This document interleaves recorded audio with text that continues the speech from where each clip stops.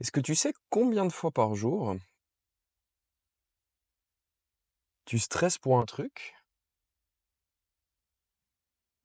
qui va peut-être pas se réaliser?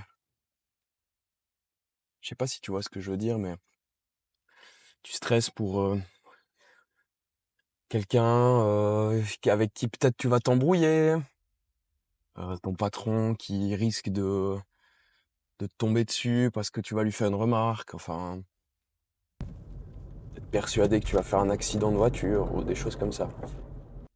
Puis tu te crées des soucis, tu te prends la tête, et que d'une fois que tu l'as fait, bah, tu remarques que ça s'est pas passé comme ça.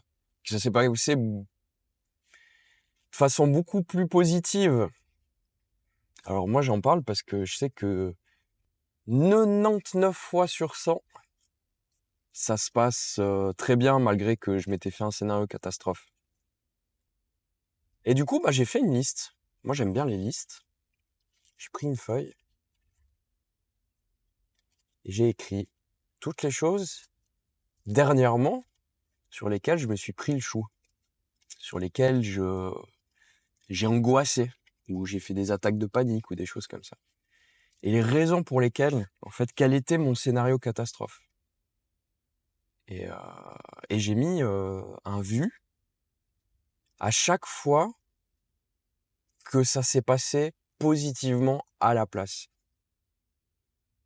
Ben, ça fait tout drôle parce que, en tout cas, dans la situation là, bah, c'était un carton plein, on va dire. Dans cette situation là, ben, je les avais toutes cochées. À chaque fois, ça s'était bien passé. Je m'étais fait énormément de mal avant, mais pendant, ça s'était très bien passé, en fait. Et je trouve que ça remet en perspective, déjà alors de l'avoir sur papier, c'est un peu de la claque, parce que tu te rends compte justement que tu perds du temps, tu brasses de l'air à te dire eh mais si, et puis si, comme ça, machin, et que, bah, à la place, tu le vis en fait, tout simplement. Et du coup, tu te poses la question, est-ce que ça ferait pas moins mal de peut-être vivre ce scénario catastrophe, mais de pas l'anticiper? Ce que je veux dire par là, c'est que ça fera sûrement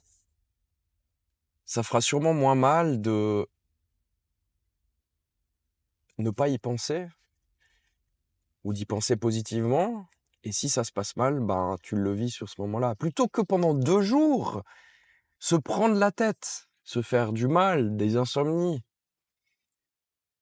pour qu'au final, ça se passe pas.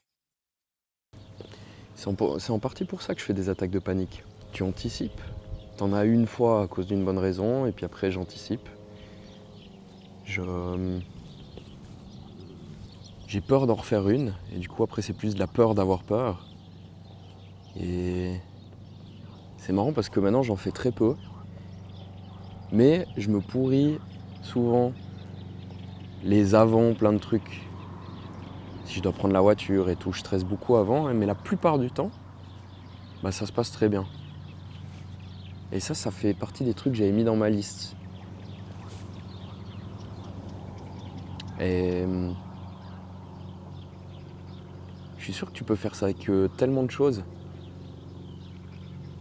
J'ai un ami qui a peur de l'avion. Ouais. Moi aussi, ça fait un petit moment que j'ai plus pris l'avion. 2 jours avant de partir, gros stress. Ça se passe la plupart du temps très bien. Et sur place, 2 jours avant de rentrer, pendant les vacances, insomnie de 2 jours. Alors qu'on se porterait quand même vachement mieux si on se laissait stresser au moment voulu. Je vois les signes là-bas, je me dis... je sais pas comment fonctionnent les animaux, mais ils ont l'air d'être toujours à faire ce qu'ils ont à faire. Manger, se nourrir, se défendre. Et quand ils stressent, bah c'est que quand ils doivent stresser. Ça pourrait être un bon titre de vidéo. Stress quand tu dois vraiment.